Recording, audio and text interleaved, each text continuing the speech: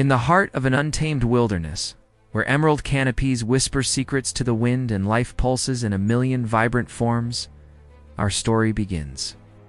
This is a world teeming with giants and predators, a realm of raw, untamed power. But sometimes, the greatest stories come in the smallest packages. Meet Oliver, a flash of sunset orange against the deep greens of the jungle. Small, yes, but with a spirit as vast and fearless as the wild itself. He's an explorer, a pioneer with paws, venturing into a world that should, by all rights, be far too big for him. Every rustle of leaves, every distant call is not a threat, but an invitation to a new adventure. But this kingdom already has a ruler, a king whose presence commands silence and respect. Leo, magnificent, powerful, with a roar that can shake the very soul of the jungle. His golden mane is a crown, his gaze a decree. He is the embodiment of strength, the undisputed apex of this sprawling domain. For years, his reign has been absolute, his power unchallenged. He is the lion, the legend, the law of the land. The jungle and all its inhabitants know his scent, his shadow, his sovereignty.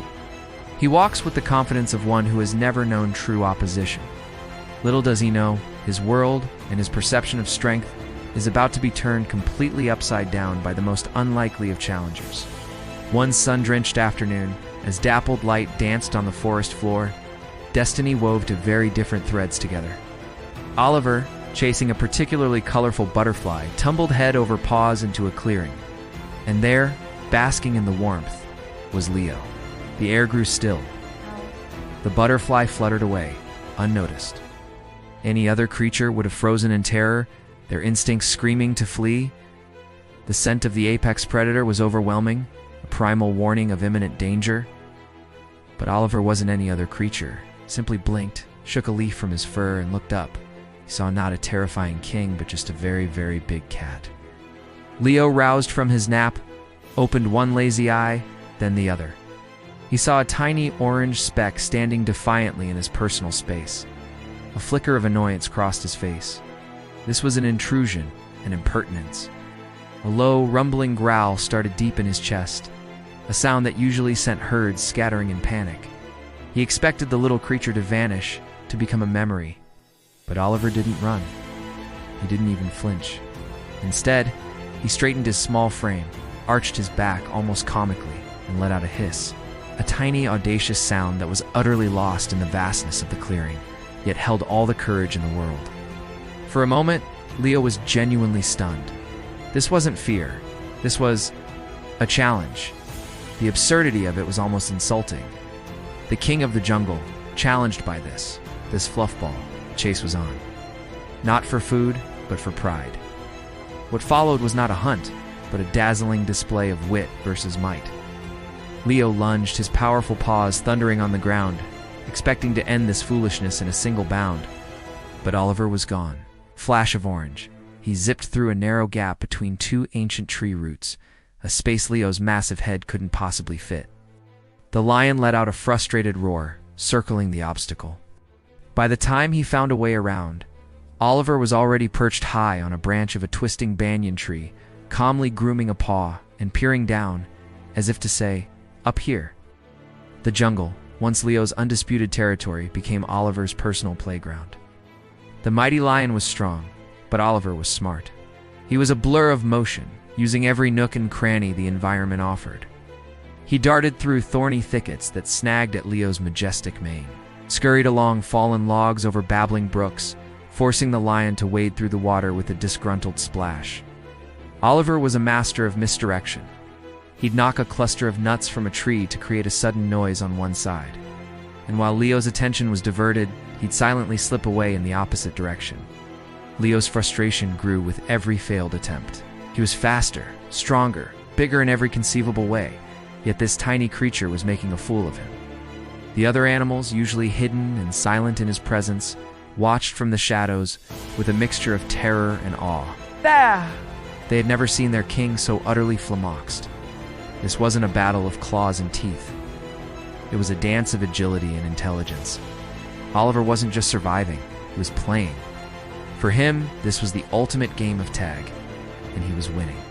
Each narrow escape, each clever maneuver, was a testament to the idea that power comes in many forms, and brute force is not always the answer. The great lion was learning a lesson in humility, taught by the unlikeliest of professors. The chase had gone on for what felt like hours. The sun began to dip lower, painting the sky in hues of orange and purple. Leo was panting, his muscles aching not from exertion, but from the constant, frustrating twists and turns. He finally cornered Oliver against the sheer rock face of a small cliff. There was nowhere left to run, nowhere to hide. This was it. The game was over. The lion took a deep, predatory breath, savoring his victory. He lowered his head, his golden eyes locking onto the small cat. But Oliver had one last audacious trick up his sleeve. Instead of cowering, he did something utterly insane. He took a running start, bounded up the rough bark of a leaning tree trunk beside the cliff, and launched himself into the air. For a breathtaking moment, he was silhouetted against the setting sun. But he wasn't aiming for an escape. He was aiming for Leo. He landed with all the softness of a falling leaf, directly on top of the lion's massive head, right between his ears. And then he started to purr, a loud rumbling purr, and began to playfully bat at the tufts of fur on Leo's mane, as if it were the most comfortable bed in the world. The king of the jungle froze, utterly and completely.